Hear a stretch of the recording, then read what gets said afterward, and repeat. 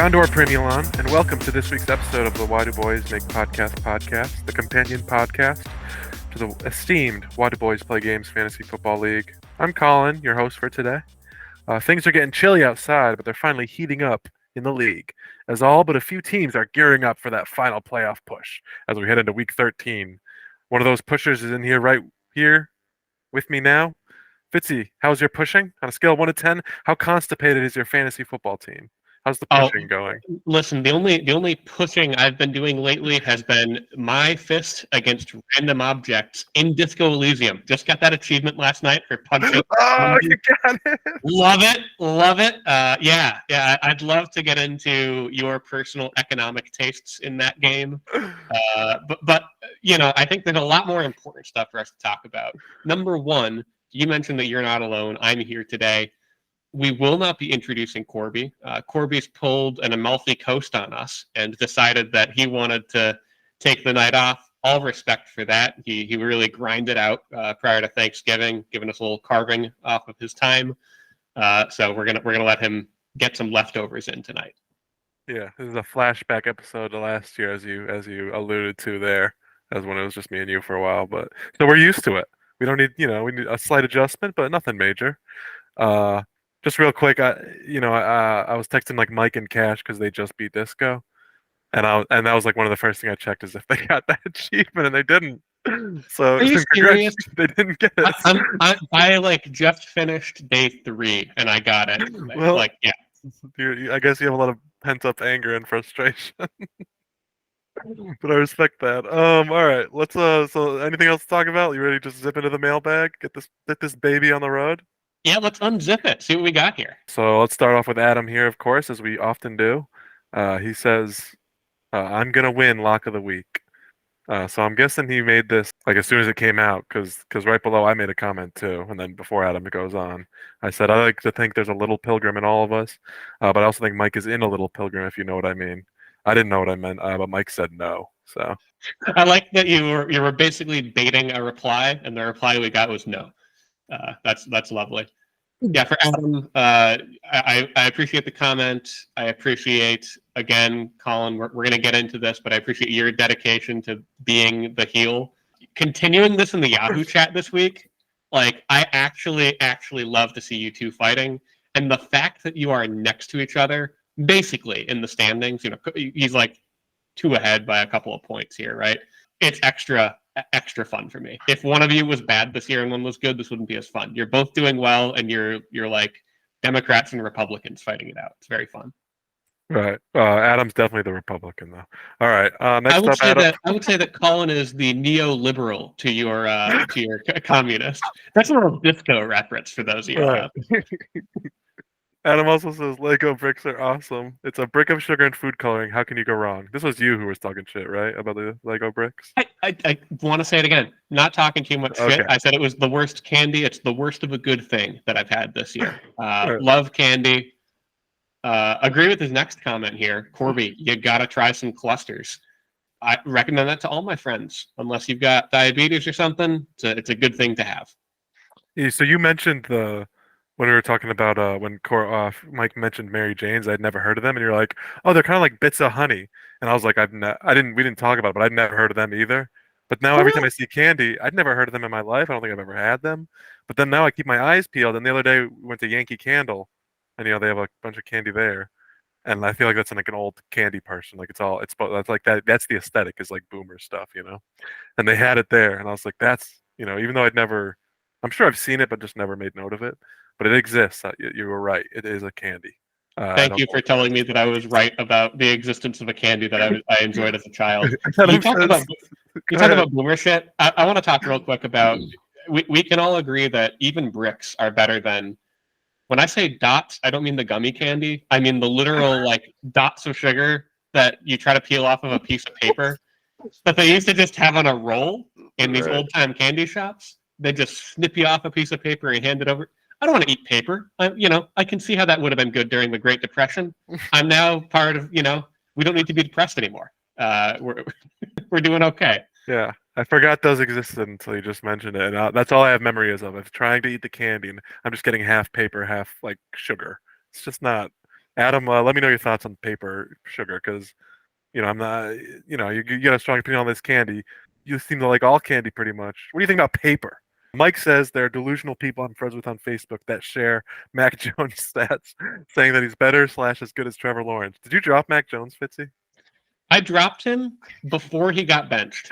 I was doing yard work in my backyard, listening to Red Zone in my headphones, and I heard Mac Jones, another pick. I stopped what I was doing. I sat down and I dropped him. I don't think I picked someone else up in the same transaction. We can check the log, but I think I just dropped Mac Jones and said I'll figure it out later. I love So it. yeah, Is he on a roster? I guess we'll get into that when we get into transaction watch. Corby, you better watch your losses or I'll sit on you, ham on, says Mike. Anything? this is a 10 out of 10 comment. This is referring to Fat Mike. Ham is like the Michael Jackson ham on, but that's also a sandwich. I mean, I can't remember the last time I listened to Fat by Weird Al. So if this is a lyric, then it's a good callback, and if it's not, it's even better. Why do boys make podcasts? Podcasts on ice. Why did Mike say that? What did we talk about that he said that? Why do boys play games on ice is the name of our fantasy hockey. Oh. So why do boys play games on ice? Why do boys make podcasts? Podcast on ice. I like that. Trying to just throw too many words in. That's sort of our shtick, right? I want our YouTube titles to not show up or render fully when you look at it on your phone. It's got to be too wordy to even show the full title. I agree. When I read that comment, my first thought was like it was like Disney on Ice. Like it was like he wanted us to do a musical, like rendition of the podcast on ice, like Reptar on Ice. You remember that episode of Rugrats? Oh, of course. Like that's Oh, what I was thinking in my head. So I was like, that's just I just like the idea a lot. I like but I guess that's cool too. The a little disappointing. Let's see. He does a dancing man. Is that I believe that's also a bit of Michael a Jackson thing? dancing on Corby's grave as Yes. Michael Jackson. That's how I read this one. Sure. He also says Happy Thanksgiving. Now we skipped by this one, but it's still up on the reader's screen. I noticed that most of Mike's comments you've given a little thumbs up to. Happy Thanksgiving you skipped over, but when Adam said Happy Thanksgiving, boys, you thumbs it down. That's dedication to your craft, Colin. Moving back to Mike real quick. My comment was about Zach. It was after the game. This is referring to the how Adam was like, oh, like Jason Capono, and Michael's like, that guy sucks. Yeah. I was like, why does he hate Jason Capono? That was about Zach. All right, Zach Capono Wilson. Yes, he does suck. The Boyle era has begun. We'll get into it. Adam says, why is that a hot take? Brandy has been climbing and Corby has been asked. No offense, Corby. Right, because I think I said it was a hot take for Brandy to overtake Corby. I guess I don't. It's not a hot take. I think I just didn't realize how close it was. I thumbs it down regardless. Adam's right. I just didn't realize it. Chris Colby. Colin says David Carr so much that when he said Derek Carr, I thought he got his name wrong again. Yeah, and now when Corby says Derek Carr, I have to I'm doing like a triple take in my head. Like I don't know what's what anymore. Reality is warping. Excellent news. Next one here from Chris. Corby, this was probably expected, but we died on the wrong hill this week. We'll get into that. I can't wait till Mike starts the tight end table pod. What's it mean? I think that this is a pun on tight end, so it's the tight end table. Oh, that's funny. Like an end table, sure. Yep. But why? What is Mike? Just because it's Tyler Conklin, or what? Is Mike the tight end guy? He's bringing he had the tight end comments. He's been big on Conk, and you also, I believe, he had a swag strat 2 weeks ago when we were reviewing week 10. So. Yeah, absolutely. Beautiful. Chris also says Jerome Ford, 11.9 points, 3 weeks in a row. Now, this I did not realize until he said it. And I just feel like Chris is always coming with these incredible player-based stats.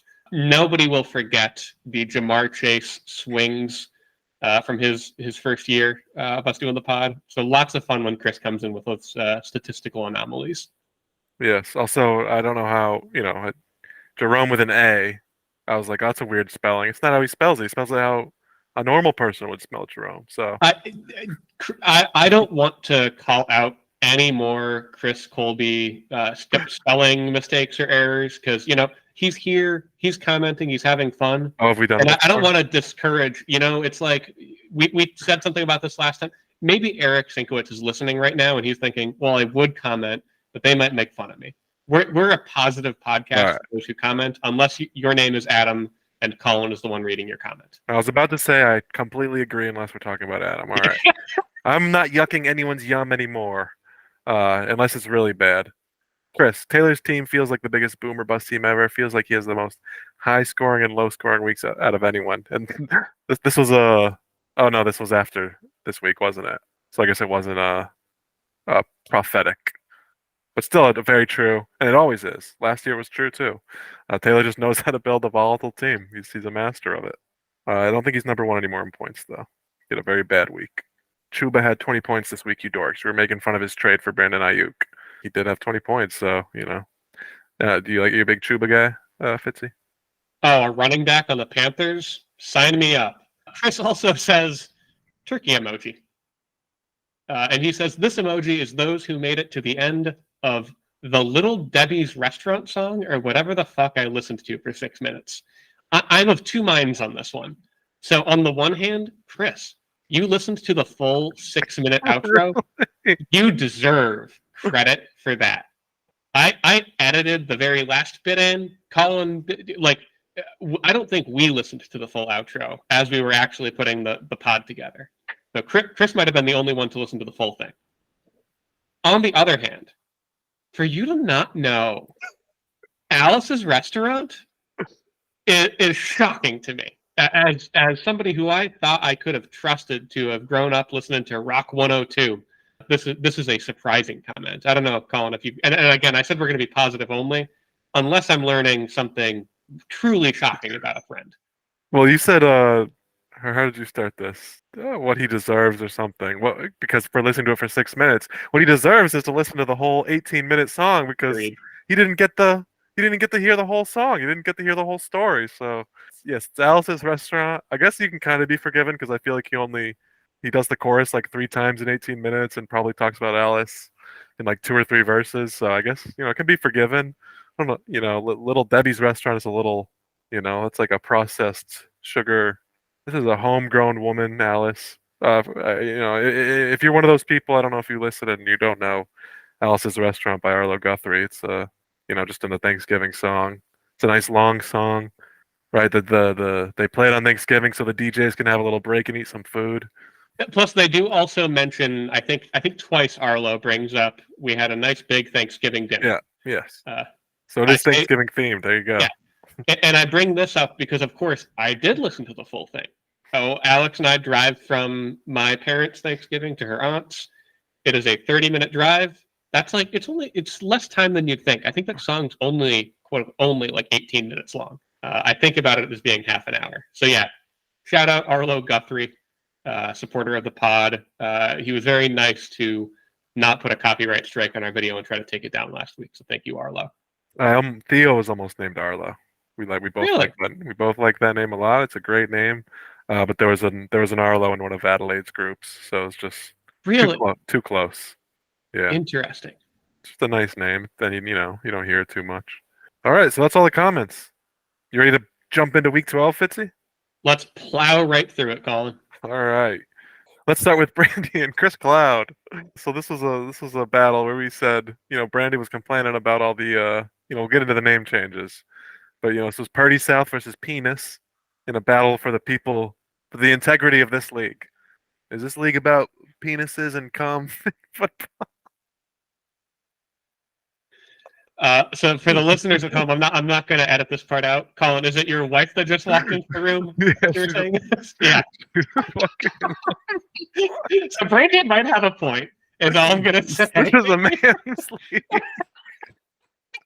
All right. Is this league about penises and cum? Oh, hi, with my wife.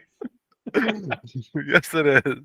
And I'll fight that to the end. And so will Chris Cloud as he drops a 200 burger on Brandy in the midst of this apocalypse. So good for him. 4 points from his defense. Don't matter. I feel like a lot of the 200 burgers, the defense is the catalyst. But no, everyone in this defense was 4 points. Everyone else was like, you got two people below 20. Oh no, three. Devontae, I guess. But just like such a solid performance by everybody. I picked Brandy to win here.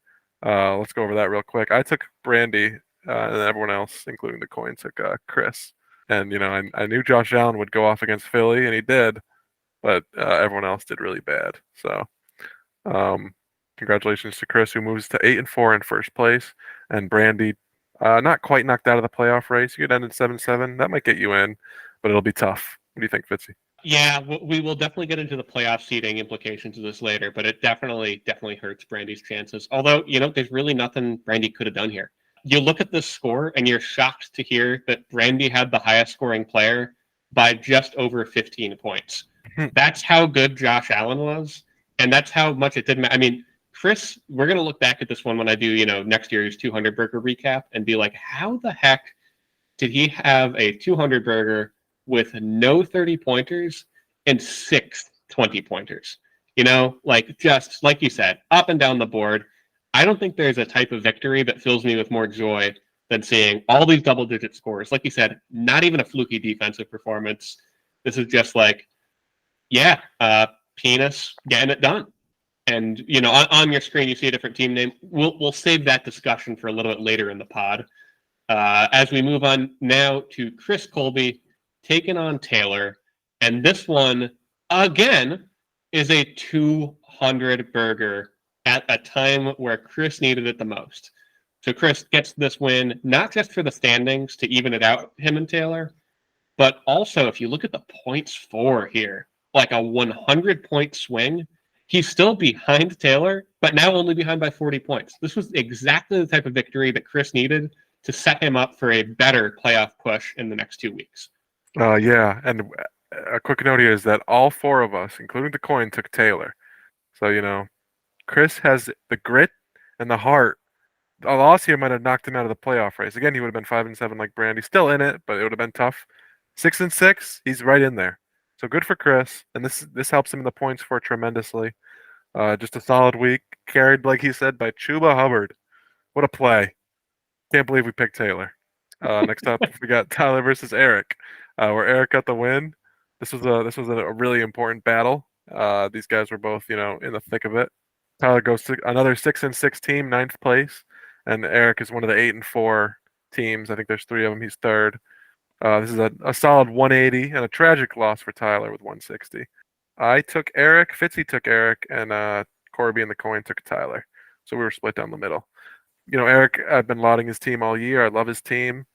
So not too much to say. Nico and Tank both had great games. Keenan Allen's about to set the catch record this year. And for Tyler, he's just been hurting with no Justin Jefferson.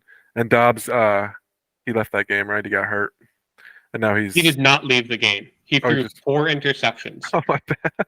He threw 4 interceptions and couldn't get it going against Chicago. Right, so he just did really bad. Maybe Josh Dobbs gets it right after a bye week here, but this is a tough one to see him finally lose that bit of magic. What's really interesting here is that Josh Dobbs, if you look at his points for this year, in week 1, I think people forget, he was the starter. He put up less than a point. He put up 0.98 in week 1, but nobody noticed because Josh Dobbs wasn't the hot new thing. After that, he goes on this tear. He's been pretty consistent getting over 15. He's been over 20 points 5 times this year. He's been really consistent. And then 4 against Chicago. So that hurts. But at least it's a me, DeMario still put up over 10, The Patriots, doesn't matter how bad that team looks, putting up 7 points against the Giants. Not that I'm excited as a Jets fan or anything, but I just wanted to text all of my Patriots fans saying hey, now you know what it has felt like for the last 20 years or so. Just watching Jets quarterbacks come in and out of games. That's true. Very, very fun for that reason. But of course, like we had mentioned, hurts Tyler. He scores the 5th most points on the week, so you can't be too mad about losing. But on the average, you deserve a win here. Really hurts as this one would have tied you with Eric in record, and instead it knocks you into the sort of no man's land of 6-6. Next matchup we had was Chris P taking on Mike. The coin locked in Chris as the lock of the week, and everyone else picked Mike. So Mike comes in and puts up the third lowest score of the week in this league, but it didn't matter. Chris's team, we thought was pathetic. It came out with a splat. 86 points here against Mike, still in the playoff race, unbelievably. But when you do things like start Kenneth Walker when he's out, when you do things like, I don't know, miss out on Christian Watson on your bench as a result, like that's a 20-point swing where all you had to do was move some stuff around with the right timing. So really hurts there. Good news for Chris, I guess, is that he has Bailey Zappi on his bench, who played the second half of the game and put up 0.16 points. Well, if you don't like him, you can always use PJ Walker, who's also on his bench, who played most of the second half and put up 0.14 points. So you combine those two, you've almost got a good half a point, nearly there. Maybe next week they'll do better and get a full point together. Yeah, and the PJ Walker, he was Dorian Thomas Robinson or whatever his backup.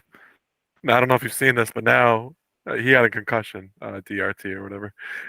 And if he's not good to go, they're going to play Flacco. So No. because let me go to PJ Walker real quick. He's behind Flacco on depth chart. If DRT can't go, it's Flacco. So it'll be a fun. I kind of prayers for DRT. Am I saying it right? Is it DRT? DTR. Dorian DTR. Thompson. Yeah, DTR. Prayers my- to him, but I would love to see Joe Flacco in another NFL uniform. So just add to his list. This is now me playing the what if game. But if the Browns had won this game and the Ravens had lost on Sunday night, the Browns would be in first place in the AFC. And they're talking about having to start Joe Flacco. Listen, they might have a sadder season overall than the Jets if things start to break down for them. Like if they get all this hope and then it deflates for them, man. So anyway, that's our little Browns corner here this week. Mike, I wasn't going to move on without talking about your team. Somehow in a game where Tim Boyle looks like actual dog doo-doo and puts up, he 6 points. That's actually amazing production from him. And, I think going into the third quarter, he had like a point maybe. He ekes out another 5 points there. Who else on the Jets? Tyler Conklin and Garrett Wilson somehow, some way combine for 11 catches, a touchdown, and 70. Like they're doing all right. The Jets defense, despite quote unquote allowing 34 points, we can talk about the pick six Hail Mary. But they get 15 points on a day where the opponent gets 34. So, I mean, the Jets actually kind of carried you here. Between that and the fact that it was finally a Devonta Smith week, and I shouldn't say finally, he's been pretty good lately, but A.J. Brown's been tearing it up. Devonta Smith tears it up today. Doesn't matter that C.D. Lamb went for only 17. You still get a nice win here. Yeah, great. Good for Mike for continuing to play the spoiler. This was a pretty important game because as Chris kind of continues his fall from grace since being first place, it's possible he slips out of the playoff race because his points for he could worst case scenario he ends up 7-7, but his points for have just gone down the shitter. And I continue to talk shit about Bryce Young, who's a big part of that. It's just tough. And I don't think Kenneth Walker was ever marked out, was he? They just left him doubtful. I don't know if he's. Oh, really? Oh, that's extra sad. So you couldn't even put him in your. Not that he would have, but it's just funny that they did that. But yeah, good for Mike. Winning with a 130. Who cares? I respect it. I respect the winning. The hustle. Right. I respect the hustle. Grind. Right, and the Geno Smith. I guess I don't know. Maybe we're not still doing regret points, but he's there. He's got a 7.3. I thought about that. Playing Tim Boyle over Geno. I love it. I'm giving him a pass on regret points for this one. It's Tim Boyle's because it was supposed to be a Zach Wilson versus Ritter thing. At this point, it's sort of a meme that he didn't start Geno Smith. It's against the 49ers. Mike, you might be starting to comment. I actually kind of get it a little bit. But Tim Boyle. I would have started Tim Boyle. If you were the Jets or if you were Mike? No, if I was Mike, I would have started Boyle. If you were the Jets, would you have started him? No. Give me Trevor Siemian. That's how bad Tim Boyle is. He should not be starting for the New York Jets, who would be starting probably 31 other starting quarterbacks. Like, Well, I remember he was on the Lions for the longest time, and they would just talk about how he's really bad, but he's like a great like film room guy. Like yeah, he's like, oh, he's gonna be a coach one day. Like so he's Aaron like Rodgers likes him. Yeah. yeah, Alan Rodgers likes. He's like a Kellen Moore type. Like you don't want him actually your quarterback. You just want him for like the. But he's out there Colin, playing. it's just the two of us. So I almost don't want to bring this up, but for our listeners, did you just say Alan No, I said Rodgers? Kellen. No, no, no. Did I say Alan Rodgers? I don't know. Maybe. I don't know. Who's Alan Rodgers? Is that a Instead person? of Aaron, yeah. Is that a person now? Because usually there's an actual person, like it's Lance Thomas or Derek Carr or David Carr. Which see, I don't know which one it is now. You all messed me up. Let's move on. Good job, Mike. Alan Rodgers. Fitzy versus Corby. Too bad Corby can't be here. I think we know why. He didn't want to show his face after this one. Despite a good game by Corby, some might even say great. 147.53 versus Fitzy 156. Fitzy gets the win. We all took Fitzy except the coin. Corby took Fitzy as the lock of the week. That's tough. You know, Corby had a good week. Fitzy had a good week too. He had a great week. I think the X factor here was the same it has been all year, which is Christian McCaffrey, and the X factor lately, Dak Prescott. So congratulations on the win. I don't know not much else to say. Corby just didn't really have any blow up games. Rashi Rice with 24, good for him. He almost didn't play him. Who did he put have in besides him? I forget. Let me look. A-Chain, I think. Yeah, maybe that was it. I don't know. But what do you think, Fitz? You were you watching this live? Were you hooting and hollering on Thanksgiving as a Dak Prescott tore apart Sam Howell as a head-to-head matchup? I mean, we will be getting into that, yes. Dak Prescott, he just kind of averages this now. Yeah. Since his bye week, he's had 1 week under 20 points and no weeks with 20 points. 30, 30, 41, 16, 34. So he's kind of taken over for Justin Herbert as the Chargers have slid a little bit here. My biggest regret this week is dropping all this fab on Isaiah Likely. We'll get into it. And benching Pat Fryermuth during the Pat Fryermuth breakout game. So 21 points for him on my bench. Didn't really matter. I think this was a great matchup, to be honest. It's the 6th and 7th highest score on the week playing against each other. So there's a little bit of justice in the fact that, the one that, was in the top half of scoring gets the win, the bottom half gets the loss. But it's also a close one. Going into Monday night, I was still kind of nervous. Corby had Alexander Madison, and they were only giving him like an 11% chance of winning going into a drive where Alexander Madison basically just needed to like get 2 catches and a touchdown. Like that could feasibly happen, especially with check down Dobbs in, right? But anyway, good matchup, good win, good Christian McCaffrey. Really needed that. Also really needed Jerome Ford's 11.9 integral points. Gonna need him to step it up to his projection of 12.6 this week. But I appreciate a good bit of floor in my flex. That's what I like about Ford. I'm surprised they're not just projecting him for 11.9. Honestly, it's the easy way out. All right, let's finish it up. But as we said last time, normally when the co-hosts face each other, we save that for the marquee matchup of the week. But we had one even more exciting. One potentially for first place as XX from first to last. Adam B in one corner took on the high-flying Kirkus, that is Monty Python's Flying Kirkus and Colin. Adam enters as the 1 seed. Colin wanted the 1 seed. It didn't matter what Colin wanted, as Adam beats him down by 60 points here. Colin locked himself in. Everyone else, including the coin, took Adam here. Everyone else, including the coin, got it right. Colin, before I turn it over to you and ask what went wrong, I just want to mention the league chat, where Adam was actively taunting you as the games were going on. Give him the old stop. He's already dead when Kyron Williams starts going off.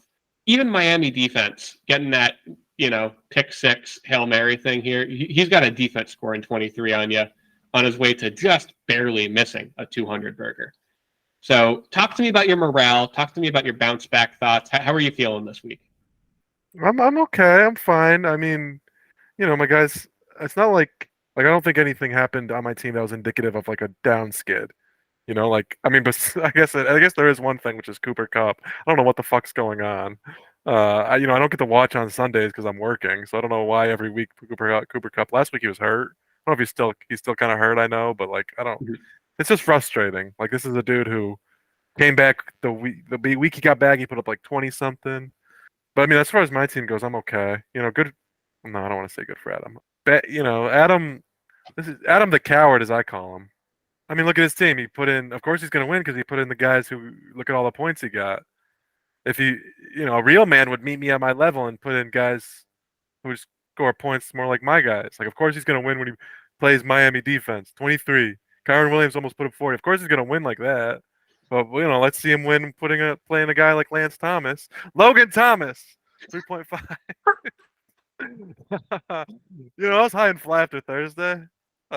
Just like I'm sure you were, because you had McCaffrey and Prescott. I had Howell and Debo. They had great games. Not Logan Thomas though, but I was still in the green. And then it's the Cooper Cup thing. Because even if he went off, I would have lost. But I'm not going to feel bad about losing to 192. But if I got like 150, it's frustrating. Hopefully it's not a thing. But Adam won. Good for him. Whatever. Anyone can win if you play guys like that. So I'd like to see him win starting my guys. So you know, I take the hardest road. Right? Is that what Kevin Durant said? I've taken the hard road. Yeah, So, that's Kevin Durant. Yes. so like Kevin Durant, I'm taking the hard road. Good for Adam, I guess, if he wants to play those guys. But I'm in fourth place now. I think I can still make playoffs. I'm in a good spot. I'm playing. Oh, we'll get into that, but I'm fine. I think I can. I'll be okay in the long run. Again, I've been saying it lately. Karmic justice. I've got a lot of lucky wins this year. My points for is still pretty, or my points against is pretty low. Points for is kind of mediocre too. So whatever. 7-5. I think if I actually didn't like Adam, I would be a lot more upset, and like I would have been more triggered by his comments. But like it's mostly joking, right? Let's go to the standings. Corby goes 4-2. He's 35-31. 7-3 locks of the week. He's locked up. I went 3-3, 40-26 on the year, 5-5 on lock of the week. So there's that. Fitzy, you went 5-1. You're really establishing yourself out here. You're catching up to me. 39-27 on the year, 5-5 locks of the week. The coin goes 2-4. It's starting to slip up a bit. 35-31. 0-2 on its new lock of the week. It's two very bad Matt picks in a row. Two very bad picks of Chris Patnode in a row. It's good Yeah. to be both. It's Chris. He's the only thing that the coin has ever locked in. Classic coin. Let's look at the transaction watch. We didn't get to look last week at the Fab because we did a Tuesday episode. It recorded on Tuesday. So let's just check that out real quick. We'll start from the top. We got Khalil Shakir. I don't know. Adam picked up Khalil Shakir. Fine. Isaiah Likely, $23 to Fitzy, $1 from Adam. Bid. Fitzy, you just talked about how you kind of regret it. What do you think? Are you gonna? Who you I starting this week? regret. Well, that's it. I regret not so much the dollars. Like you can't take your money with you when you're dead or after the season's over. I regret just not starting Pat Fryermuth. That's all I regret. I could have done a tight end swag strat. I might do that going forward. Who knows? Really, here with Isaiah Likely, it's just a play on Mark Andrews good, maybe Isaiah Likely good after Andrews is hurt. Might not happen. I don't. I've been hurting at tight end most of the year. I might just go with the free lottery ticket instead going forward. We'll see. We also had another fun one here where Aiden O'Connell goes for $16 to Brandy, beating out Zero Fab Mike. Too bad. So sad. Not that you were going to start him over Tim Boyle anyway. You should have traded Adam for him. I'm sure Adam is seething at this. $16. Speaking of Adam seething, we got Zay Jones for 18 to Chris Cloud penis, and Adam seething again, $0 bid. Zay Jones is a guy who Adam had. He's had all year, but he's been hurt a lot. Did he play last week? I don't even know. Do you know? I don't know. Zay Jones, I don't know. All right, well, whatever. Zay Jones, there you go. We then had 4 quarterbacks get picked up. 3 of them went for free. 1 of them did not. So Colin, you put in a $20 waiver on Jake Browning. And am I reading this right that nobody else had any claim in on him? That's right. That is surprising to me. When you look at the other three names that are flashing up here, Tim Boyle, Trevor Siemian, Joe Flacco, we call that the bad Jets quarterback soup right there. That's right. Jake Browning is definitely the best of the bunch by a pretty good margin. I would not want the poison that is those other three on my team. Yeah, just I figured he's probably gonna be the starter the rest of the year. So I didn't really put in a bid for Aiden O'Connell because that's such a dumpster fire, and like you said about those guys. But let's talk about Jake Browning as we jump into week 12. Uh, although let's do these guys first. Another tight end for $21. They saw that Fitzy put 23 unlikely. They said like, okay, bet. This was Chris Colby, right? Now I get these names mixed up. This is especially funny because when I told you that my team's tight end situation has been so bad this year, I started Gerald Everett like before Pat Fryer moved. So just a few weeks ago, I still had this guy on my team. My favorite thing about this one, you see it in the screenshot here, it's no football, just dicks and cum versus no dicks, no cum, just football. We're spoiling it, but the next segment here, team name breakdown, exciting. I also lost out on a claim for DTR. Running quarterback. I thought, hey, this guy would be fun to have on my bench instead of stupid Mac Jones. That was the claim, to drop Mac Jones and pick him up. Instead, Chris Colby gets it for 10. So respect. It didn't end up working out last week, but could next week. Yeah, if you like that screenshot, just wait till you get to till we get to matchups, because spoiler alert, these guys are playing each other. But listen up. Okay, here's what happened. All right, I picked up Jake Browning for $20. This morning I woke up and I realized I needed who's on bye, like Stephon Diggs or something. I need to put someone in my flex.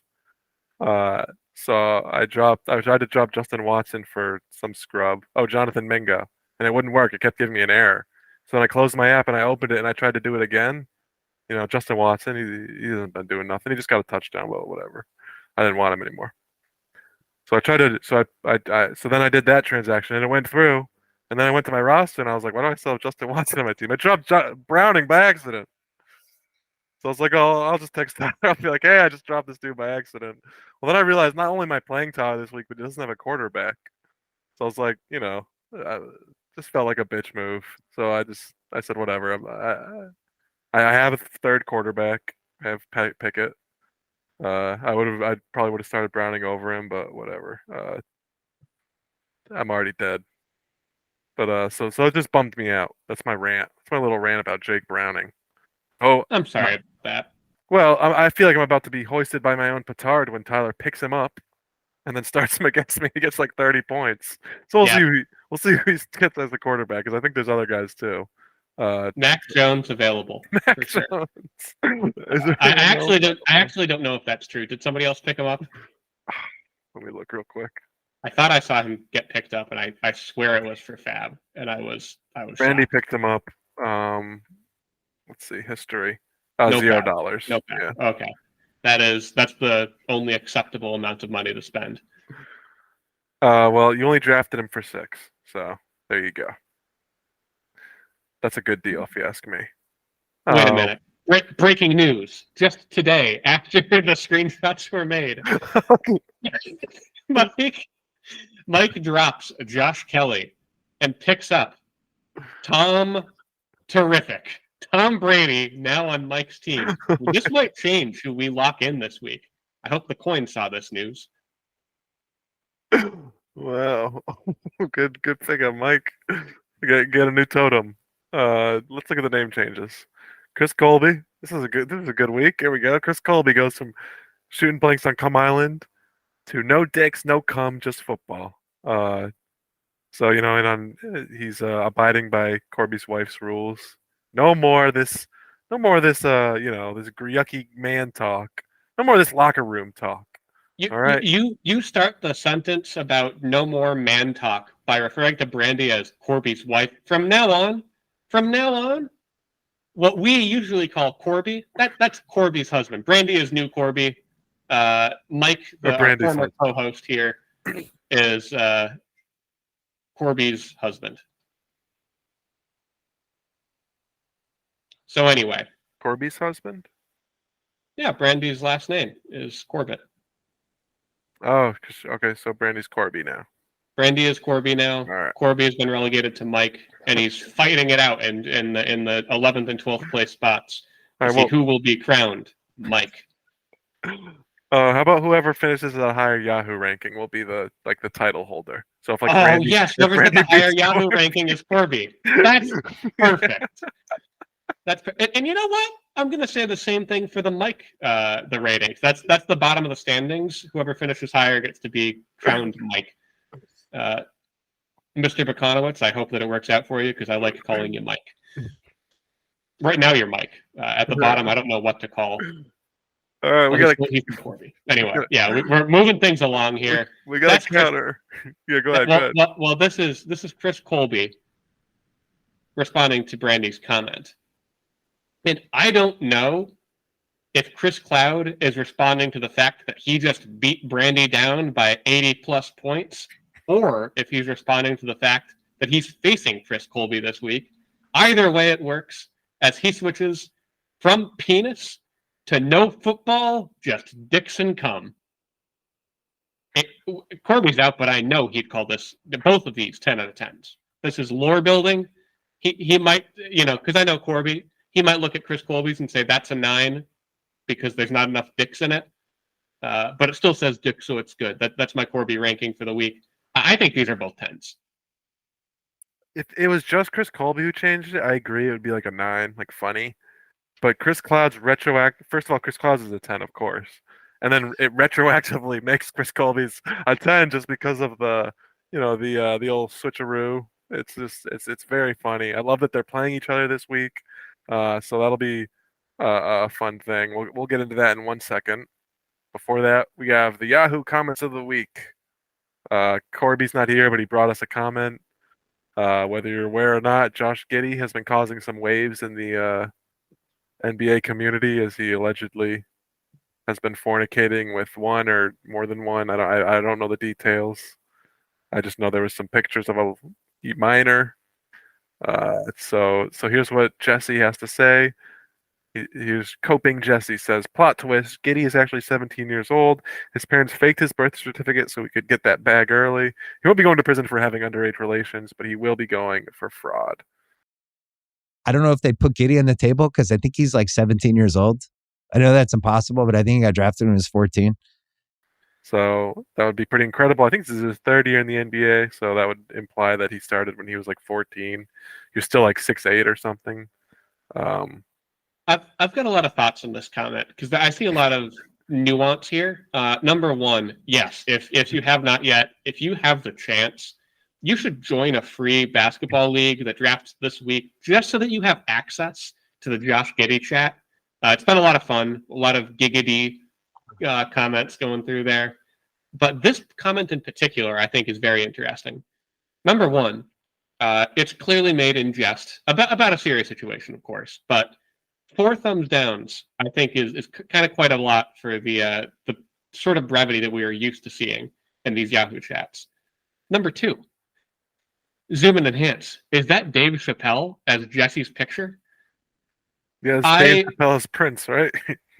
Yes, I automatically like anybody who has gone through the trouble of updating their Yahoo profile picture. Colin, I know you've got one. It's that lovely yellow smiley face. Mine is literally a picture. It's a selfie, technically. It's a picture of my own eyeball.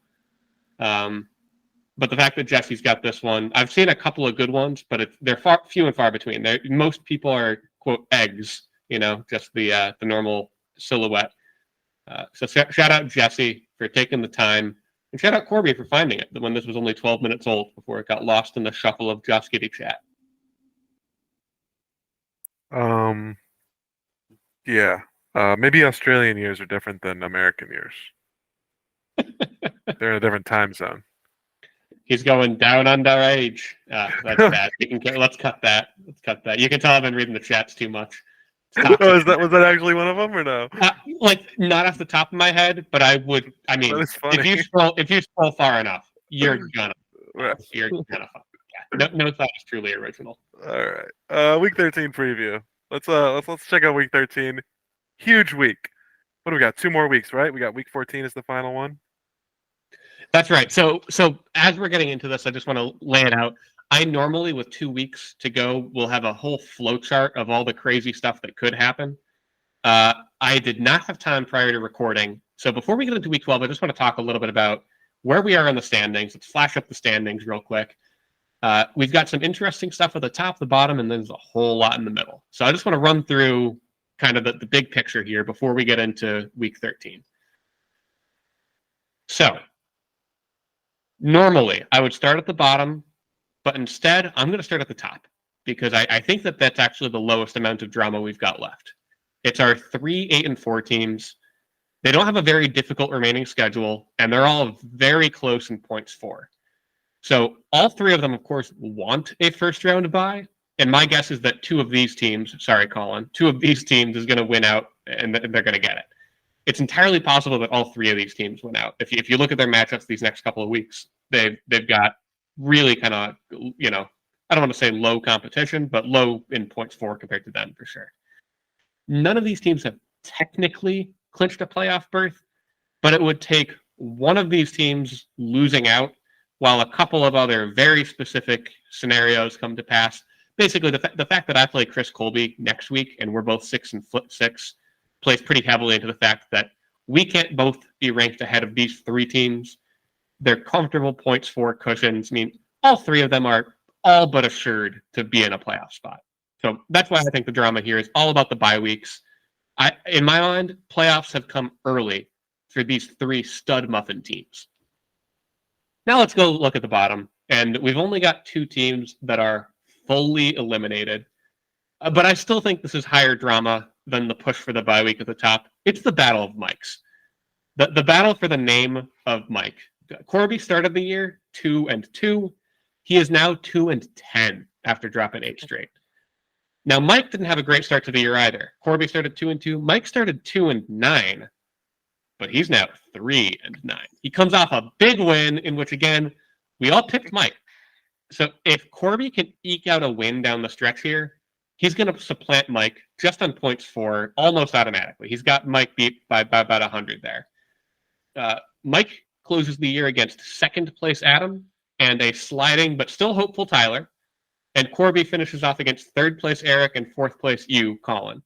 So Corby needs to steal at least one of those 2 games, or Mike needs to get a quick one in. So we've got some high drama here at the bottom. If really either of these teams get a win, in my opinion, that's going to be what shifts and decides who is the truly bad Mike. Now I mentioned I didn't have time to get through the full, segue of, all the different things that could happen. And that's basically because you see the glut here in the middle. Apart from those 3 at the top, again, nobody's technically clinched a playoff berth there. I don't want to jinx anybody. We, technically speaking, have 10 teams that are in playoff contention. If I exclude those top 3, it's 7 teams that really kind of are just shifted here in the middle. Brandy's the only one where I'm going to talk real specific because everyone else has so many different permutations, and that's why I didn't go through everything. Brandy needs some specific items. There's 2 kind of final routes into the playoffs. Both require, number 1, winning out while getting some serious pointage. So Brandy's got to finish at 7-7. Now, this is where the good stuff starts. Number 1, they need Taylor and Tyler to both lose, ideally twice. If, for example, Taylor only loses once while Brandy wins out, then Brandy also needs to beat Taylor by 120 points over the next 2 weeks. So that'll be tough. You just pray for Taylor to lose both matchups. And then one of 2 things can happen. Chris Cloud needs to beat Chris Colby this week, while Chris Colby then beats me next week. So a little bit of specific stuff there. The other one is, if you just look at the points for it, Brandy has scored more than Chris P. So everything I mentioned before could happen. And if Chris P loses out and ends up 7-7, that's another team that they can jump ahead of. And you get a little bit of leeway on any one of those other things I mentioned can go wrong. So 2 routes in, it's that really specific scenario, or Chris P loses out and one of those things doesn't happen. So Brandy's got a lot of, I could calculate the whole percentage chance out here. Suffice to say, it's pretty low after a loss last week. So, Colin, you were about to intro here. We've got it all laid out. Chris Colby versus Chris Cloud first. And Chris Colby, despite being in 8th place and 2 places out here, this is huge for number 1 seed. It's huge for a bye week for Chris Cloud. And it is vital for Chris Colby to set up what I think could be a win and get in matchup against me next week. So I don't know. What did you see about this matchup specifically outside of the playoff implications? Well, for the game itself, it's got a lot of interesting starts. We got Chris Colby. We continue our kind of bipocalypse run here as we're getting Greg Dortch versus Tutu Atwell. So there'll be some interesting games here. I don't think Chris can replicate obviously the same success he had last week. Jordan Love kind of bounced back. I feel like he's been off after his hot start this year, and I am wrong. Actually, he has. I think I'm just remembering some bad stinkers maybe on actually watching the game, but I guess he's been fine. Okay, never mind. Jordan Love's good, I guess. They're just projecting him for not a lot of points. But the big thing I think for Chris Cloud's team is Jonathan Taylor being knocked out a few weeks during the season. Like when the trade deadline was not up yet, I was kind of like hammering on him to make a move. He's got way too much depth. Even now, you look at his starting lineup, and he's got like almost everyone is people who should be starting. Then you look at his buy, and he's got DJ Moore and like we said, Taylor. He's got Devontae Adams. He's got Flowers. Got like 6 players on bye. Yeah, exactly. He's got all these including Tyrod Taylor in his IR spot. Like, yeah. Yeah, and they're all good players. And then you look at the starting lineup, and it's like, yeah, that's a good start. That's a decent starting lineup. Besides, again, like Tutu Atwell's a guy who I wouldn't want to start right now with, like, if everyone's healthy in LA. But like he's just got too many. I wish he did something here. I don't know what, because I mean, just like traded for a big piece. I don't know. But he got a big piece. He really dropped a bunch of fab on Gerald Everett. So. Yeah, there's this big piece. He's a big guy. He's a good boy. Oh man, Everett has a tapeworm. Anyway, he's in first place anyway. So what are we talking shit about anyway? Huh? This guy's got a killer team, but did he just score 200? These guys are both coming off 200 burgers. They're aren't both they? coming off of 200 burgers, and this is a huge matchup for both of them. Yeah. So I'm just gonna say real quick. I'm gonna take Chris Cloud here. This one's tough. We already talked about the bye weeks for Chris Cloud. I do want to just amend one thing for the listeners because you said, quote, they're all pretty good. Tommy DeVito is one of the players on bye. So Tommy DeVito, players. For the record, not pretty good. Honestly, Tommy DeVito might be a starter on Chris Colby's team this week, dealing with the bye for Justin Fields. That hurts a lot. Dealing with a bye for Jacoby Myers, who, despite kind of the variance here, touchdown last week, he's still continued to produce. You've even got Baltimore's defense on bye. One sneaky thing here about Chris Colby's team, he is currently rostering, get this, 2 Cleveland quarterbacks, including Joe Flacco, and 3 defenses. That's incredible. Listen, San Francisco's defense, great. Baltimore's defense, great. I also get that you can't start Baltimore on bye, and you don't want to start San Fran against Philly. So you pick up Indy against, Will Levis. I get it. I understand it. And I kind of like the swag. Much like Colin, you had mentioned, like, Adam, come face me on my level. Chris Colby looked at all the bye weeks for Chris Cloud, and he was like, all right, fine. I'll pick up a bunch of, essentially bye weeks and have roster these quarterbacks and defenses. So before we move on, I just want to zoom in on the player, not the player, but the team pictures. No longer Johnny Sins winking on an island, just the words abstinence never fails for Chris Colby. And Chris Cloud, I'm just going to read this one out loud because Chris Cloud, you're a true fan and you want me to say, I love sex and I love to come. But the thing that I love most is I'm ashamed to admit that I think I can fill in the rest. You come. So shout out Chris for making us read stuff out loud. But shout out Chris Colby for, I think, getting the win this week. Sorry, I was just zooming in real quick because I couldn't. Couldn't read that myself. Ladies and gentlemen, it is my esteemed pleasure to introduce the coin. The coin is riding along with no dicks, no penises. Coin wants absence. Coin wants Chris Colby. Next up, we got me. I'm playing Tyler. Tyler's got his Vikings on bye. They've reactivated Justin Jefferson, but luckily he's on bye, so I don't know what to deal with him. Right now, he doesn't have a quarterback, so the projections are looking pretty funky. Hope he'll get someone. Maybe it'll be Browning. Um, this week I play Tyler, and then next week I finish with Corby. So it's looking like hopefully I can get 2 wins here. I'm gonna take myself. The only person I have on bye is Diggs. That's like a meaningful one. I think everyone else is pretty. I think I've already had everyone on bye. I'll have Howell and Thomas soon, but the same's not true for Tyler. As he's like I said, he's all his Vikings are out. And Gabe Davis, who's been hot and cold, but he just had a good game. In the meantime, he'll be starting Tyler Algier and Antonio Gibson. So he's using my own weapons against me, as Sam Howell will probably be throwing Antonio Gibson the ball a few times. I'm not really too nervous. He's starting Jerry Judy also. I just I feel okay. Hopefully, like I said, it's going to come down to Jake Browning or whoever he picks up at quarterback. I don't know who else is out there. Give me. What do you think, Fitzy? Go ahead. Pick against me again. I dare you. Oh, lock of the week. Me. Yeah. Well, Colin, listen, there's only one true heel for you. I know I can't compare to Adam as much as I try. I do pick against you a lot. I'm not gonna lie, things are pretty bleak for Tyler this week.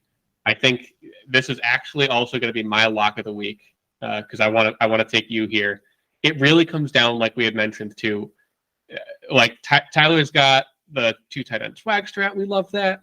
Tyler's got Breece Hall. He's going to keep putting up points, we hope. But it's just having one quarterback. It's having Josh Dobbs on the bench and having, this matchup came 3 weeks too early for Aaron Rodgers, who returned to practice this week. They say he's going to come back week 16. Unfortunately for Tyler, like I said, 3 weeks too late. Lucky for Tyler, just to turn our heads to next week real quick, he gets to face Mike in week 14. So even though I project Tyler to be 6-7, I project him to finish at 7-7. So I think he's got a really good shot at still being in the playoff push, depending on all the other crazy stuff that could happen this week. And oh my goodness, it's 3 locks of the week because the coin is taking Tyler. Lock of one of us, or at least someone's going to win their lock of the week this week. The coin's been pretty solid this year, but the locks of the week have been lacking. Makes me feel even better. Very true. Speaking of feeling better, Taylor in our next matchup takes on Chris P. In what is really maybe one of our most important playoff implication matchups this week. It's the 5th and 6th place team playing against each other. But if Taylor loses, he's almost certainly out of the playoff race this week. Whereas if Chris loses, same for him because of the points for deficit that we talked about before. If he ends up being 7-6 this week, he will likely be on the outside looking in. Very, very. I mean, it's tough. It's tough. You look at the remaining matchups here. Taylor has to face Chris Cloud next week, 1st place right now. Chris P faces Adam. So they're facing the 1st and 2nd place teams next week. Both of them are going to be shaking on their boots. They need this one, in my opinion. This is I'm gonna mark it in a must-win game for both squads. Now that I've talked that up enough, I don't think this one's going to be particularly close. This one was in lock of the week contention. It only came out because of the wise words of Chris Colby when he told me that Taylor's team is boom or bust. I think it's a boom this week. I can see the bust happening. Give me Taylor. Not quite locking it in. Yeah, I alluded to it when we were talking about the last week's game, but Chris has had 3 straight losses now. Just a true fall from grace. Puka and Cup have gone hand in hand and falling off, and Bryce Young, and his depth has just been he has a shallow team. Kenneth Walker got a boo boo, and on the other team you got Kenneth Walker's replacement, Mr. Charbonnet over here. So it's tough for Chris. I'm going to take Taylor as well. But I mean he could. He's in first place in terms of 6-6 teams. He could lose this, and as long as it's not like he's not losing it because he scores 70. Who does he play next week? He plays Chris Cloud. Oh, you just said it. So, I mean, he could go. So, I mean, we'll see how that game looks next week. But but I'll pick Taylor, and I think he'll make playoffs. I don't think Chris Padnode makes playoffs, which makes me feel silly because I know I made that bet about the 7-4 teams. I guess I just didn't look ahead. Chris P here, third least scored on the year, right? Points. So not looking good. I'm sure in his peaky finders table, we'll see the peak a little too early. What's the coin say? The coin is rocking with Taylor here. Coin's rocking with Taylor. I'm gonna rock on over to this next matchup here. We got Corby, our absent host, versus Eric. Corby's 2-10. He's still looking to ruin some people's fantasy seasons. But he's gonna have a tough time against Eric's Studley squad over here. Corby's got the 2 tight end flex going, Trey McBride and Kate Otten. Enough said there. He's got a lot of studs in here as he's starting Tajay Spears and Jackson Smith the Jigba, who's been half decent lately, right? Yeah. All right, give me Eric as he's not starting Will Levis. Yeah. So we mentioned leading into this one, rocking. The only place that Corby's rocking is to rock bottom right now. We mentioned 8 straight losses. I unfortunately don't have an easy loss streak finder in my database here. All I know is that there aren't too many teams that have ever had it this bad. I look back at if you were to lose 9 in a row here. Only one I can verify very quickly here is Steven in our first year when he started the year 0-11. So, chin up. You're not going to lose 11 straight, but it's tough company, right? It's a famously bad team. So, Corby, I am praying and hoping, and I really mean this, for your team to show some life. This is not just about the fact that I kind of want Eric to if Eric loses playoff, they get more interesting. I like when things are interesting. And I really like Tank Dell. And I like Rashee Rice. But I like Eric's team more. I'm sorry. I'm picking Eric. And the coin. Oh no. The coin picked Corby. Right? Any given Sunday, Any given Sunday. Speaking of any given Sunday here, we mentioned, third place team against a Mike. Now we've got the second place team against a different Mike. It's Adam trying to go from first to last back into first place. He can secure that with a win, almost guarantee. If he wins and gets a couple extra points, right? He's back to first. He's right there. Meanwhile, Mike, he's a loss while Corby wins away from being back to last.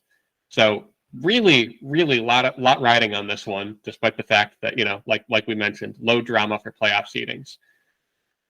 This one comes down to I saw that the over-under for the Jets versus Atlanta game was 34. So they're basically projecting that both teams are going to score. It'll be a 20-14 game. And I think that's probably too high. This game is going to be tough to watch Tim Boyle throw it around, but excited to see, finally, after all this time, Desmond Ridder go up against the Jets. Mike's going to have some major regret points, one way or the other. That much is a guarantee. That's almost higher drama than the fact that I'm taking Adam to win it. Something we didn't really talk about in the name change because he didn't change his name, but Adam did change his picture. Did we mention that? We did not mention Adam's picture It's a change. No. throwback to his. He had this picture at some point. I forget when. I don't know if it was last year, but I mean, he's had this picture, or at least a very similar one before. So he's just an emo-looking boy.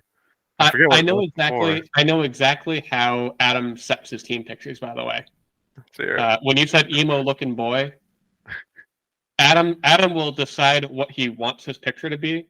If he thinks emo boy is what I want, he will Google the words emo boy and take like the 6th result.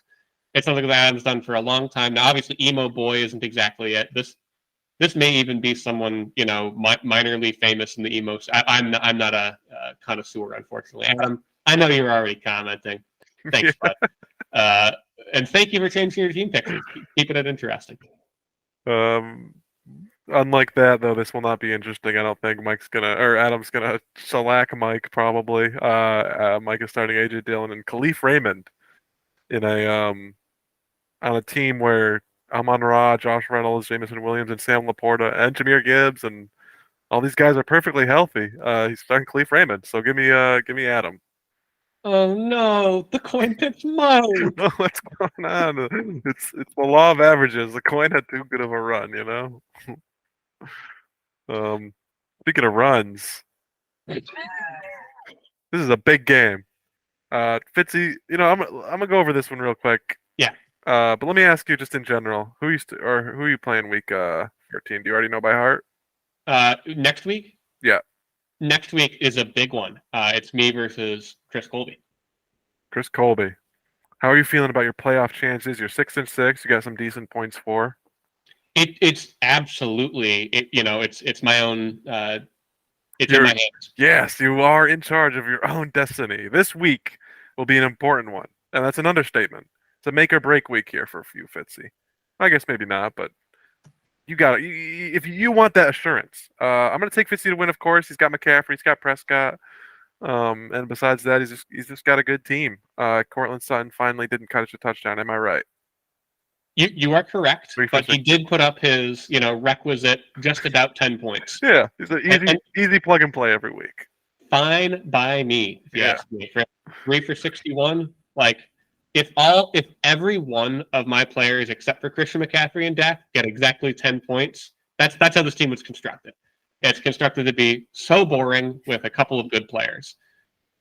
Even Travis Etienne can have a week where he only gets like 10 points, which is what he's done for like 3 straight, but whatever. Yeah, it's kind of a tragedy, and I feel bad. I mean, I'm going to sound like a sorry cop here, but I feel guilty looking at your team, and I'm like, this is a really good team, and I'm sitting in my ivory tower. I mean, I only have one more win than you, but still, some of these teams are kind of better than mine. Now the only note I'll make here, obviously, I'm going to pick you to win. Brandy picked up Mac Jones. This is the main thing I was going to talk about. And with Josh Allen and Aiden O'Connell on bye, put him in the starting lineup. Yeah, you can call this gross negligence if you want. I already went through how this happened when I decided I don't want Mac Jones on my roster anymore.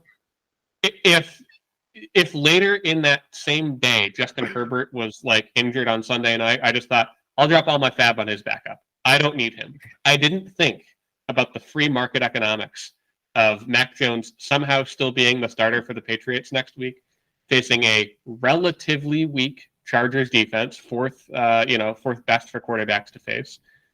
And Brandy's got the start. If I lose by one Mac Jones worth of points, I will be devastated. If that's what keeps me out of the playoffs. It would be the perfect storyline, full circle. Now, with that said, I just really don't think that's going to happen. I think it's crazy for me to say. Mac Jones, 8.25 points. That is an under projection. He's absolutely going to put up somewhere between 10 and 20 points. I would take the under 10 times out of 10 on 20. But I think I'd also take the over like 8 times out of 10 on 10. All right. So, like I said, I'm taking you. Brandy's starting right now. DeMarcado on the Cardinals with Connor fully healthy. Elijah Moore with I guess we'll see if Flacco's quarterback. That could actually be a great start. I could see him getting like in mid to high double digits, and Tyler Boyd with Browning. So just a lot of receivers with a lot of receivers with bad quarterbacks, and then a running back who's not even starting. So that's a strange pick there, but okay. Am I missing something? Let me look. I don't know. I think you're the main thing we're missing here is that right now there's some injury concerns for Brandy's team. We've got both of their tight ends sat out Wednesday's practice with injuries. Dalton Schultz has got a hamstring thing. Dallas Goedert didn't play; he has an arm injury. We got Chris Olave, who's questionable, but they've been talking. Like there's a chance that he and Michael Thomas and Khalil Shakir or whatever are all out. So that like the Saints kind of need Chris Olave to play. There's some problems there. There's definitely some problems there. I didn't say it yet because I really wanted to focus more on Brandy's team. Brandy's got a lot riding on this. Obviously, I do too.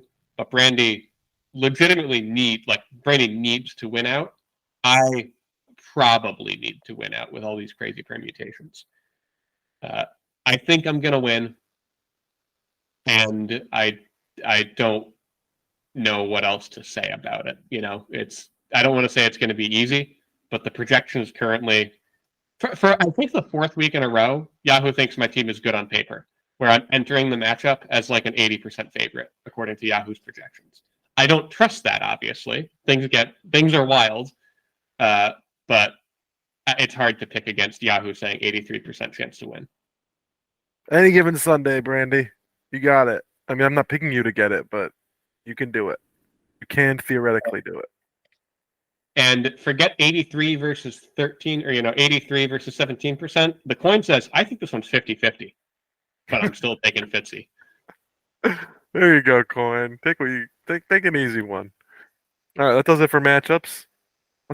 Let's open up the big bag of bets, as Corby would say. We got a big bag here. Let's open it up. It's not too big. It's pretty big after Thanksgiving.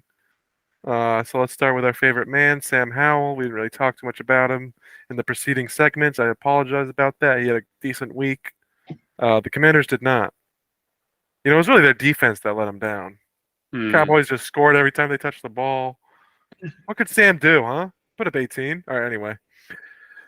Was he a top 2 quarterback on Thanksgiving? I said yes, and Fitzy and Corby said no. He was not. He was quarterback 4 out of 6. Off the top of my head, who outscored him? Dak, of course, and I think maybe Goff and I don't know, some other people. Purdy, maybe. No, Purdy didn't. He got outscored. All right.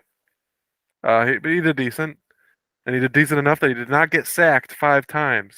Howell over under 4.5 sacks. I took the under. Fitzy and Corby took the over. He got 4 sacks. I think he got I think every quarter he had 1. I believe, because I watched the whole game. It was Thanksgiving, and I had to root for my boy. Did you watch any of the Thanksgiving games, Fitzy? I rarely get to watch the Thanksgiving games at all. We Really? watched, well, yeah, because of how it works out with us going to 2 different families' Thanksgivings. It's a lot of, I think a lot of people when they have Thanksgiving and think about it, they eat a big meal and then they sit with their family on a couch. We miss both couch times. And the Polish family doesn't have it on like in the background.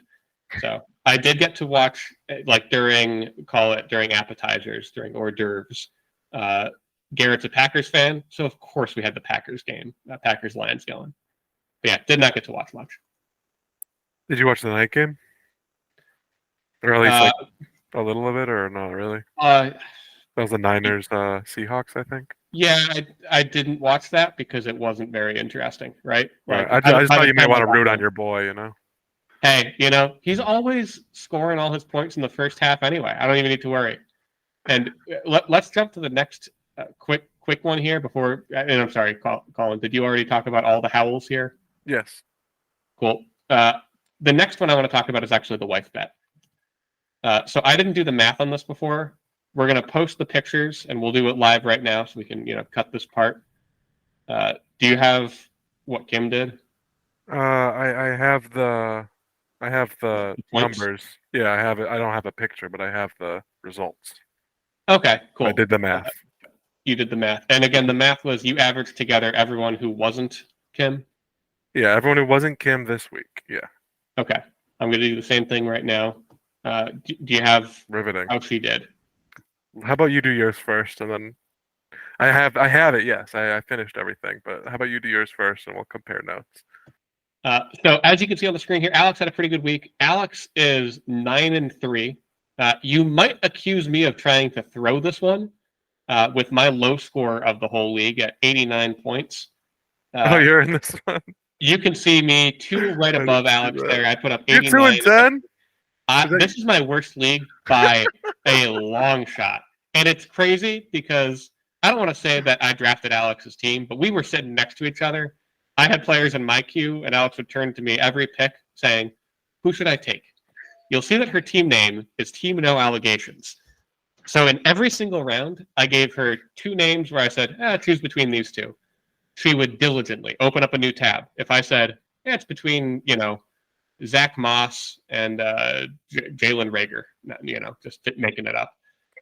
She would immediately Zach Moss allegations, and if nothing came up, that's the one she's taken. So that's why her team name is Team No Allegations.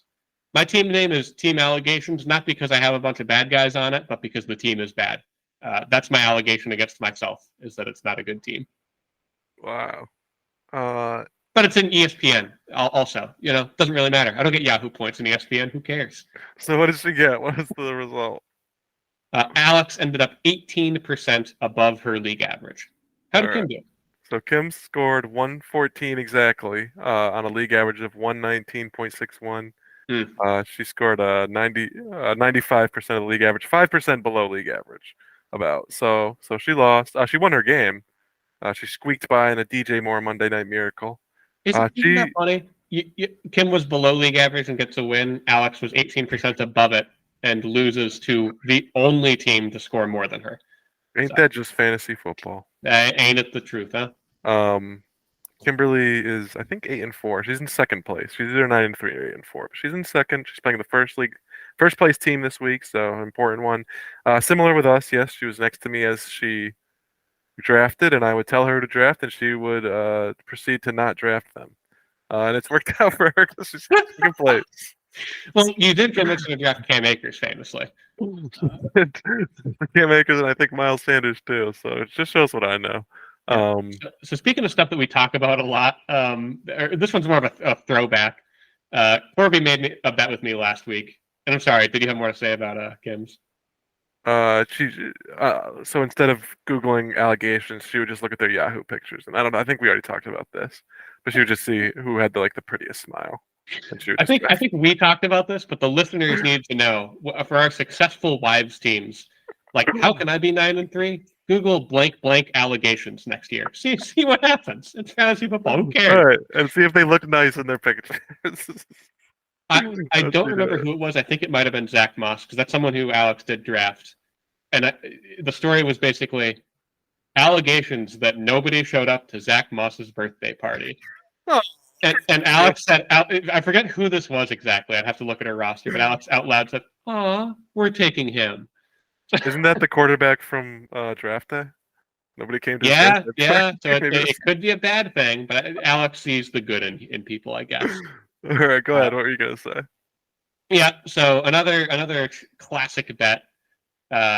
Corbin made a bet with me that there would be overtime, and just because of a 59-yard field goal in the rain, the Eagles send the Bills to overtime. Shout out Corby for getting this one right. I think you've gotten this one right on me 3 times in a row after a famously bad start. Last bet was a what hill are we going to die on bet. Taysom versus Tyreek. We made this one with Chris Colby, and I don't remember, Colin. Did we have by a certain number of points, or did we just say straight up? No, straight up, because this was at a time when Taysom had 3 or 4 straight games of 16 and above, so he was on fire. But that's what happens. That's what hype does to people. They say, "Give me Taysom." Yeah, that's a weird hill to die on for sure. That's it for last time, Colin. You were going to bring us in. Did you have any bets this week? I do. So off the top of your head, we had one differing matchup pick. We picked out the same to win everyone except one game. Do you know which one it was? Ooh, off the top of my head, no. Tell me. It was Chris Cloud and Chris Colby. So that is simply my bet. I bet on Chris Cloud. You bet on Chris Colby. I'll bet you $5 that I get this one right to make it a little more interesting. So the real bet is Colin's pick of the actual number one team in the league, who has all the bye weeks, mind you, going to beat Chris Colby's scrappy squad of defense and Browns quarterbacks. Give me team defense here. I'll put Right. $5 on the loyal listener for sure. You got something in your bag? I mentioned this one before. I'm really interested in the Mac Jones projection of 8 points. I think it's too low. So I've got a two-part bet here that's going to be a little bit strange for us to calculate. I bet that at least one matchup this week will be decided by less than whatever Mac Jones scores. So basically, if Mac Jones scores 8 points, there's going to be at least one matchup that is within 8 points. And maybe a better way to put this is, if you were to slap Mac Jones I understand. well, I was going to say it a different way, actually, to make it even Okay. good. Good. This one I think is too easy. Like, Mac Jones is going to score a lot of points, and we're going to have a close matchup. Let's make this harder to calculate on ourselves. If you were to slot Mac Jones in to any roster, so you got to take out their lowest scoring quarterback and put Mac Jones in, that would have made the difference for them in their matchup.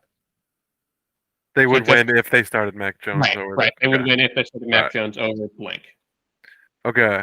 And you think the answer is yes or no?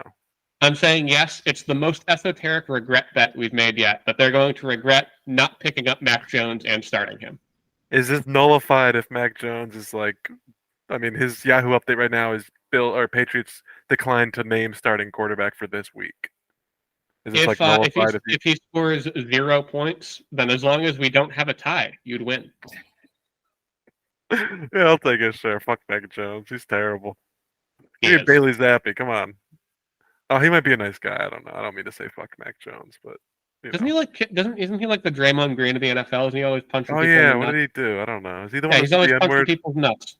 Did he say the N-word? No, I don't think he said the N-word. It was the one that Myles Garrett tried to hit with his helmet. Oh, Mason Rudolph, right? Mason Rudolph. Yeah. Yeah, so that'll be interesting to see. I like Bailey Zappi, just because of his name. All right, Sam Howell. Let's see. Let's take out the cards, okay? Well, my bet is I don't actually have one. I started the sentence without having one. Let's see here. I think. All right, I'm too scared of Dak Prescott. I don't want to make any more bets with Dak Prescott. What's going on with him, huh? He started the year like really mediocre. Ever since he scored 4 points ever since the 49ers pooped on the Cowboys, 42-10. It's just been on fire. I think Sam Howell will outscore Justin Herbert this week. Justin Herbert, he's playing the Pats.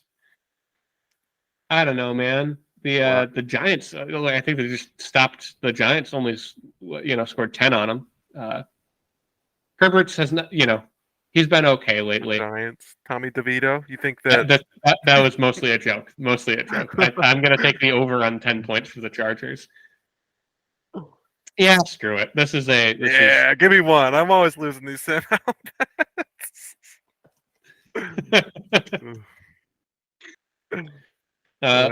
So Colin, I've got another quick one here. How is Kim, or I heard you say Kimberly? How is Kimberly doing in her league overall? She pretty much in the playoffs. Yeah, like I said, she's in second place. She's 8-4, 9-3. She's got a great team. She's in the playoffs because I think it's 12 teams and like 8, or it's 10 teams and I think like 8 make playoffs. Oh wow, okay. It's 10 teams and 6 make playoffs, but Alex is still in first place. Very simple bet here, another season longer, is that I bet, not on percent of league points or anything, but simply bet that Alex will make it further in the playoffs than Kim. So if they're both knocked out in the same round, it's just null? Just null, yep. Well, you certainly get a big advantage because Alex is 10. You guys are 10 team, did you say? We're 10 team, and our playoffs start in week 15. Right. So there's a bye week, right? There's 6 teams, right? So Oh, right. she'll get a Okay. bye week, and Kim will not. But she's gonna play a crappy team. So whatever. Let's just do it for the. You gave me it for Howell. I'll give it to you for that one. I believe in Kim's team anyway. So she's doing better than me. Let's do it. Whoever gets Sweet. further. You know what? I'm sure that Kim appreciates your confidence in her team. Let's not forget that this was not just meant to be a 1v1. Corby said, "No, I don't believe in Brandy's team." It was a good thing too, because I don't think he would have won that one. Because Ray had a bad week. Ray had a very bad week. Wife bet redux. This one's for all the wife marbles. And if I lose, then you can start calling me Kim's husband instead of Colin. Yeah, we'll call you Swordsy's husband. All right, I got one more. Okay. Okay, you're done. I think that there will be no tight end who will get 100 yards this week. Or is that too high? Obviously, I feel like this is targeted only because obviously Fryermuth did it on my bench last week, so it seems so achievable. Let's see. The highest in week 12 was 55 yards. Oh, how are you checking that? That's just for available players. My bad. The highest for actually good tight ends, I should say, was 120 for Fryermuth. Week 11, 89. So it was close. I'm just going to check out like one or two more. 100 maybe is too much. Well, and then Trey McBride had 131 the week before that. Oh, shit. And if Trey McBride can do that, Let's do it. anyone could do that. Give me the over on best tight end 100 yards. Yeah, I don't do enough random bets like this, so let's do one. Mine are always self-serving, Looking at the history on this one, this might be Fitzy serving. I think that this has only happened like 2 or 3 times this year. Nope. 3 or 4. Oh, it started off like the first 4 weeks in a row. Nobody did it. So it evens out. Okay.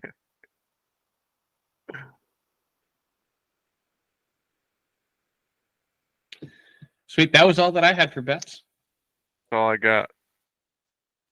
I bet Corby is a stinker. I bet that Corby's going to lose to the coin in a record this week. It's important for them. They're tied right now. Oh yeah.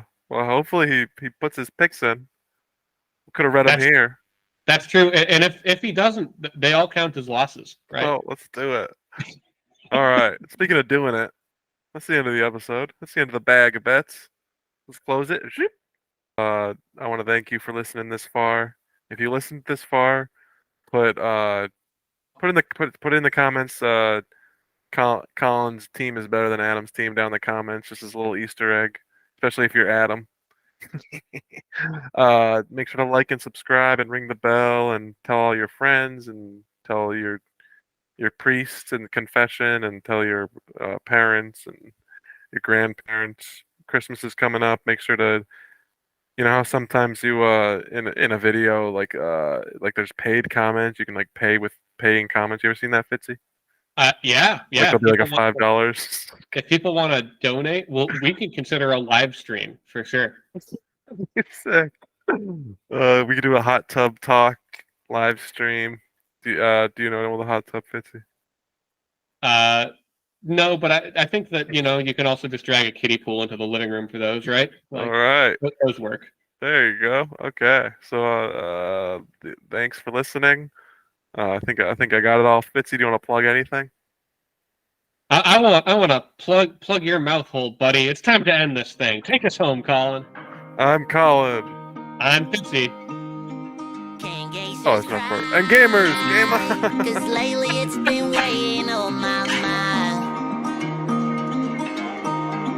And I say I'm fine. Cause underwater no one sees a teary eye. And baby, all the beef from Bikini Bottom got me stressing out. I'm sorry I didn't have the time for you, and now you're saying bye. Girl, I'm sorry that I ripped my pants, and I know that you don't like romance, but all I wanna do is be right there by your side. Can gangsters cry?